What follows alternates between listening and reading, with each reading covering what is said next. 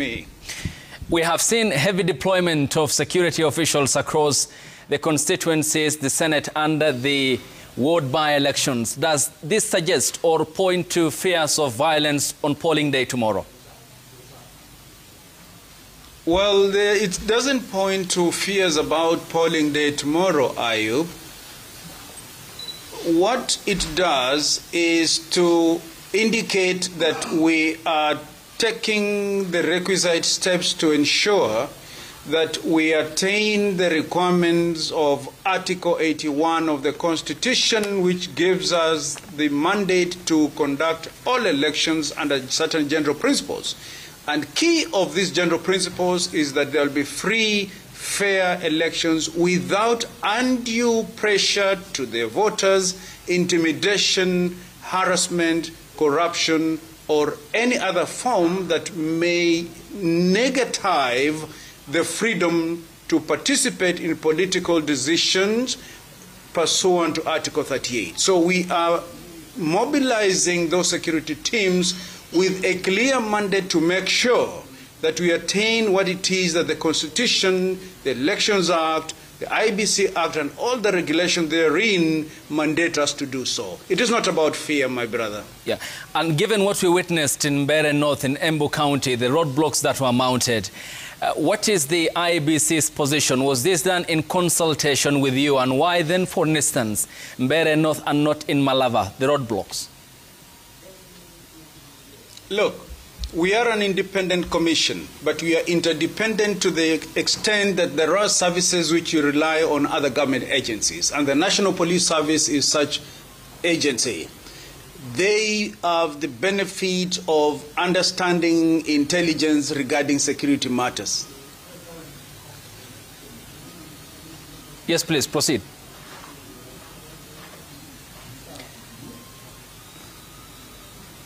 Yeah, I think there is a communication breakdown. Yes, Daktari, can you hear me? Yes, but I can hear Manuel Toh describing what is happening in Embu and the roadblocks. So he's speaking over me. Yeah, apologies for that. Now you can proceed, please. We have sorted that out.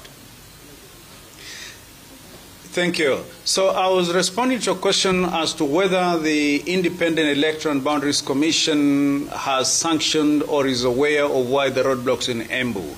Look, we are an independent commission to the extent that we execute our mandate without any direction or interference from anybody. But we are also interdependent in the sense that we rely on other state agencies to be able to effectively undertake our mandate. So in this regard, when it comes to the police and the safety, they have the benefit of having access to intelligence information. So if the roadblocks are informed by the intelligence information, really we cannot come in their way, as long as the role is to ensure that we have free, fair, and peaceful election devoid of intimidation. That must be the overriding objective of such actions by the police. Let's come to the allegations raised by the oppositions, and they have decried compromised commissioners in letters addressed to the commission, and to be specific, the former deputy president. How independent are your officials ahead of tomorrow's by-elections? You know, Ayub, in my other life, I was a media analyst, and I would have plenty to say if that is the life I was in. Regrettably, I'm now a commissioner, and I have limitations as to how much I should engage in some of these debates. Be it as it may, I think IBC has clear guidelines on how to handle complaints regarding their conduct or complaints regarding candidates or any other participant in the political process where the rules are flouted. We have no complaint against any one of us with evidence to show that we are not independent. And therefore, because most of these complaints are coming from our political leadership, we cannot engage in a duel against our political leadership. Clearly, that is not an even fight, and there is no need for a fight. All I can say is that we remain independent, we are doing our job, and let the citizens judge us from what we deliver. For as long as we deliver free, credible elections, I think some of these complaints we hear will go down. But in the context of the election law, we have no official complaints about anything except what we received from Kasipul, and which we dealt with. So there are a myriad of complaints out in the social media space, in the mainstream media space, but no actual complaint that has arrived us processed with evidence. Where it has arrived at us and there is no process evidence, the chairperson has responded and dealt accordingly. I thank you. And the former Attorney General, who also happens to belong to the opposition corner, Justin Muturi, said he was concerned with the presence of plain-clothed police officials in polling stations ahead of elections tomorrow. Is that a concern as well for the Commission? I do not know the evidentiary value to that kind of allegation. Again, the trouble with us as IBC, we cannot go out there and appear to respond to things that are not verifiable, things that actually it will be difficult to authenticate and attach probative value to some of those allegations. Look, we know that there are sections of the security which, by law, they are never uniformed. That much we know. So to say these ones were here, they were not uniformed, we have no way of knowing who was there and was not uniformed. In any case, the process of voting hasn't started, it's starting tomorrow. So if any member of the public, including our political leadership, for whom we must once again emphasize that we have no role completely in engaging in any duel, it is not right, this is our political leadership, that kind of evidence must be brought to us because we stand for fairness. Whether you're on the government side or you're on the opposition side, the Constitution says we must be fair. Yeah, talking about fairness, the Interior CS Kipchumba Murkomen in Kasipul today said that no members or members of the public will not be allowed in polling stations. In your view as an advocate as well, how appropriate is it given the transparency issues we have around our elections? The general election regulations promulgated in 2012 as amended in 2017 guide how access to the polling centers may be regulated.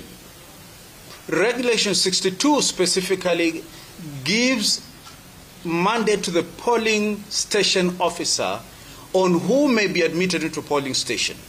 Now, those who are clearly identified by the law as to who may be admitted is, number one, the candidate, the agents who are accredited, observers, election officials, and police officers on duty. I underline, police officers on duty. Regulation 63 goes ahead now to decide how the voting process will be conducted. And again, the polling station officer has the mandate and power under that Regulation 63 to allow specific people to come into the center. A voter gets admittance on the basis that he's coming in or she's coming in to vote. Once that voter votes, that admittance ceases. And it's for a good reason, Ayub. If you allow voters to vote and mill around the polling center, what will happen is that eventually we'll have a crowd building up.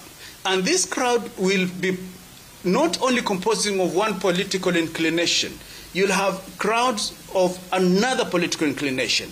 Before you realize, the presiding officer, with only 2 police officers there, will be faced with the problem of crowd control. There is a reason why, for instance, campaigns stop 48 hours before the election. And it's because we do not want crowds around polling centers. There is also a reason, Ayub, why this regulation bars anybody who is wearing a badge supporting any political party, or anyone who comes in and it is clear there is an indication that he espouses this support and ideals of a particular political party. The officer in charge of the station has a right to make sure that person leaves. So apart from agents and political observers and the others I've mentioned, there is no other officer who is allowed. Of course, observers include the medias also who are media members who are accredited. So the pronouncement by the CS, without appearing to be backing what he said, I'm leaning on what the law says about admittance into the polling center, and the operative law is Election Regulations of 2012 as amended in 2017, Regulations 62 and 63, as read together with Article 81 of the Constitution, which makes it mandatory for us to ensure that anybody who comes to the polling center walks in freely, votes in secret, and leaves without intimidation. When you have a crowd, this crowd is of the opposing candidate, how will that not be an intimidation to the other crowd or to the other voter? So I would like that issue to be seen in the context of the regulations as I've espoused. I thank you, Ayub. And given what has happened in Baringo County and in Baringo South, the polling stations that are underwater, how will this present logistical challenges to you for the people of Baringo South also to take part in the election tomorrow? Thanks for that empathy in your question, Ayub. That has already been sorted. This morning, the Commission was able to gazette fresh centers, and that is already, I think, it has been gazetted tonight. So there are new centers. All the citizens and the voters who are registered in those particular affected centers will have an opportunity to proceed and cast their ballot without any interference. The specifics will definitely be communicated to them. I am aware that Commissioner Andere is in charge of Baringo, and that decision has already been made, and there should be no worry at all for the residents of Baringo in those affected areas. Yeah. And Commissioner, one thing that has been very evident, and the common denominator has been with the build-up to the campaigns in this country, we are just talking about mini polls, is the violence that we had witnessed. And in your view, being a new commission, does this present you with challenges ahead of tomorrow, and has it been? And in your case, how have you overcome that hurdle, and what's the approach of the commission? Believe you, some of the things we see out there, where we are not seeing. I'll be frank with you. I'm in Magarini. I have been here, and I'll be here by the time we finish the elections tomorrow and have the winner on 28th in the morning, God willing. I'll have spent a solid 10 days here. In Magarini, it is peaceful. The people of Magarini want nothing but to walk into the polling booth, cast their ballot, and go back to their daily chores. This talk about violence, impending theft of ballot boxes or whatever it is, we hear it in the media, we hear it in the social media space. But the ordinary person in Magarini, from where I've been, and as I've said, I'll be here for 10 days by the time I leave, are peaceful. We have not encountered a single incident of insecurity. By the way, I am covering not only Magarini, I'm also covering Chewani Ward in Hola in Tana River constituency. And again, I was there and I spoke to the entire security team, just like I've spoken to the entire security team here.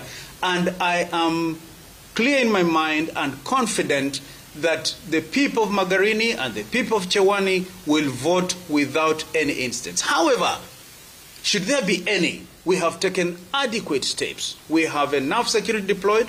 Today I had a meeting with the regional commander of the police in the Coast region, and we agreed that there will be enough layers, because when you hear some people talk about violence, about goons, you can't also ignore. So we have taken precautions. This applies to Magarini, and I'm sure I can speak for all the rest, because the chairman has already indicated that the same layer of security and precaution is everywhere. So I thank you, Ayub, for that question. But the truth is that the people in the areas of by-elections are not interested in violence. They are interested in voting and carrying on their lives. Yeah. Ayub, most Kenyans live humble lives. They don't want disruption. Yeah. And Daktari, yes, you're right. The people are not interested in violence, but the political class is. And in an address to the people of Kenya in 2019, Wafula Chebukati also pointed this out, how the political violence has more or less had effect on electoral preparedness, the election itself, and also the post-election. Two instances in Narok County where we had seen violence breaking out, and also in Kabuchai for the ward by-election campaigns where gunfire was heard. Ideally, then, we are talking about mini polls, but generally this is certainly the environment, is it, heading into 2027? Then how will you immune yourself, this being the test for you? Thank you, Ayub. Yes, it worries me, because the political leadership has a following. Those who believe in them believe in what they say. Never mind that the veracity of what they say may not be apt.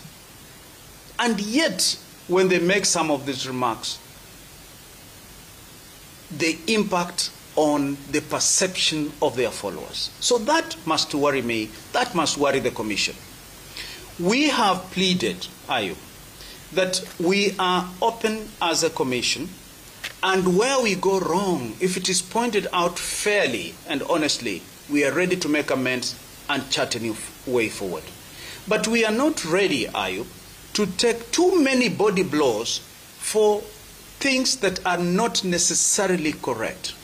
And so going into 2027, we plead with the political leadership that the success of IEBC cannot be in isolation.